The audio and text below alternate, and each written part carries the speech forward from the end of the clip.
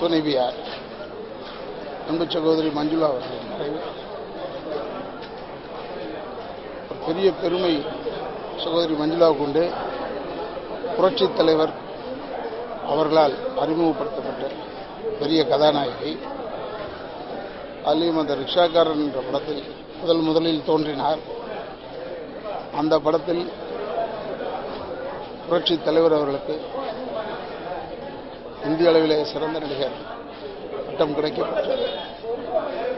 பட்டம் கிடைக்கப்பட்டது. அப்பேற்பட்ட ஒரு நல்ல ஒரு அதிர்ஷ்டசாலியும் கூட. அத்தனை பேருக்குமே நல்லவராக இருக்கக்கூடியவர் சகோதரி மஞ்சுளா அவர்கள். அவருடைய மறைவு அனைவருக்குமே ஒரு வருத்தம். ஏன்னா அவங்க தன்னுடைய குடும்பத்தை மட்டுமல்ல, எந்த குடும்பத்தில் எந்த நிகழ்ச்சிகள் நல்லது நடந்தாலும் சரி கெட்டது நடந்தாலும் சரி முதலில் நிற்பவர், உதவிகளை செய்யக்கூடியவர். அன்பு சகோதரி மஞ்சுளா அவர்களுடைய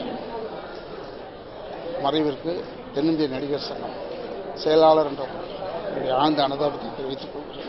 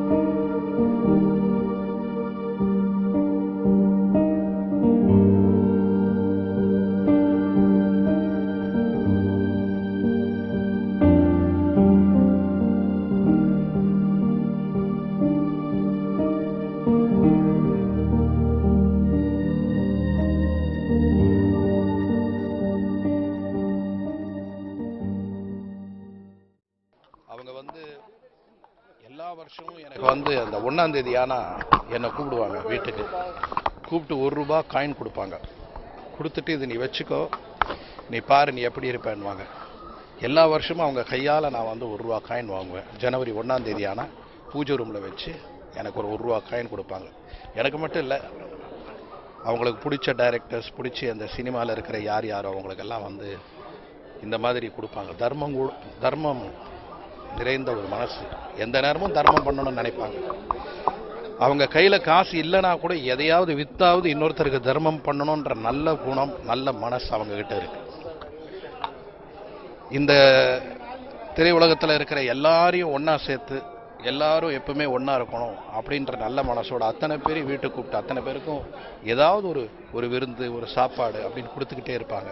திரையுலகத்தில் இருக்கிற அத்தனை பேரையும் ஒன்று சேர்த்தது அவங்க ஒரு முக்கியமான காரணம். இந்த கலை குடும்பத்தில் இருக்கிற அத்தனை பேருமே ஒன்றா சேர்ந்துருக்கோம். ஒவ்வொருத்தரோட ஒருத்தர் பழகிறதுக்கு, பேசுறதுக்கு எல்லாம் இருக்கோன்னா அது காரணம் அவங்க அவ்வளோ ஒரு பெரிய ஒரு காரணமாக இருந்தாங்க எல்லாரையும் ஒன்று சேர்க்கறதுக்கு. எப்படி புரட்சி தலைவர் எம்ஜிஆர் அவர்கள் எப்படி தர்மம் பண்ணுவாரோ அதே போல் இவங்களும் நிறைய தர்மம் பண்ணுவாங்க. எப்பவுமே அவங்க இல்லைன்னு சொன்னதே இல்லை. வரவங்களுக்கு ஏதாவது கொடுக்கணும். நான் அவங்க கையால் நிறைய தடவை சாப்பாடு சாப்பிட்ருக்கேன்.